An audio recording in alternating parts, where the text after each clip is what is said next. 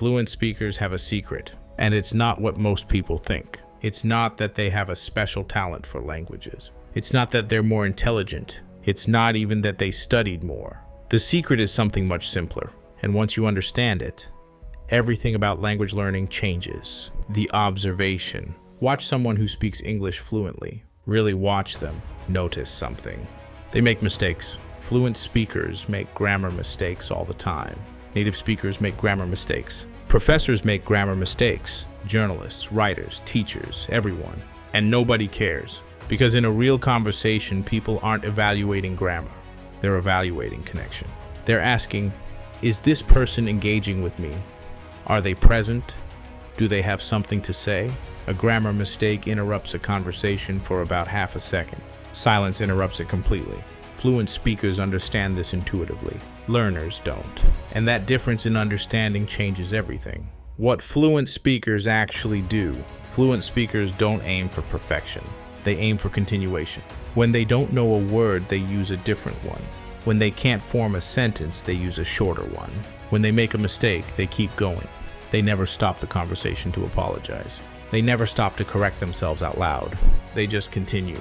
And this continuation, this commitment to flow, is what creates the impression of fluency.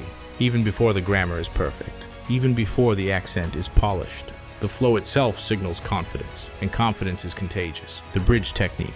Here's one of the most powerful tools fluent speakers use, often without knowing it. I call it bridging. When you don't know how to say something, you build a bridge. Instead of stopping, you say, what I'm trying to say is, how can I put this? It's kind of like, in my language we say, but in English, I think it's something like, these are bridges. They buy you time. They keep the conversation moving. They signal to the other person, I'm engaged, I'm thinking, I'm here. And they transform a moment of uncertainty into a moment of authenticity. Practice your bridges, know them automatically. Because every fluent non-native speaker is using them.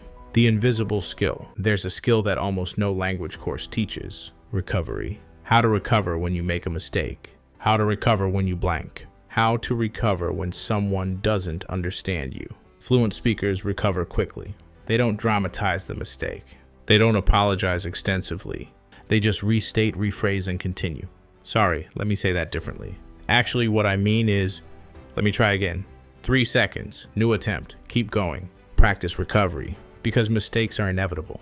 But recovery is a choice, and a fast recovery is invisible to most listeners. The daily fluency habit. Here's what I want you to do starting today. Every day for 3 minutes, practice continuation. Talk about anything. Your morning, your plans, your opinion about something. And make one rule for yourself. You cannot stop. If you make a mistake, continue. If you forget a word, use another one. If you blank, use a bridge. But do not stop.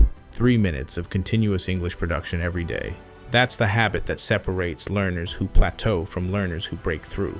The final truth. Here's what fluent speakers know. There is no finish line. Fluency is not a destination. It's a practice. Native speakers are still learning their language, still finding new words, still improving how they express themselves. There's no point at which you're done, which means there's no point at which you're not ready to start. You're already in the middle of this. You've been building for longer than you know. Now it's time to trust that building and speak. Leave a comment with I will continue, because continuation is everything.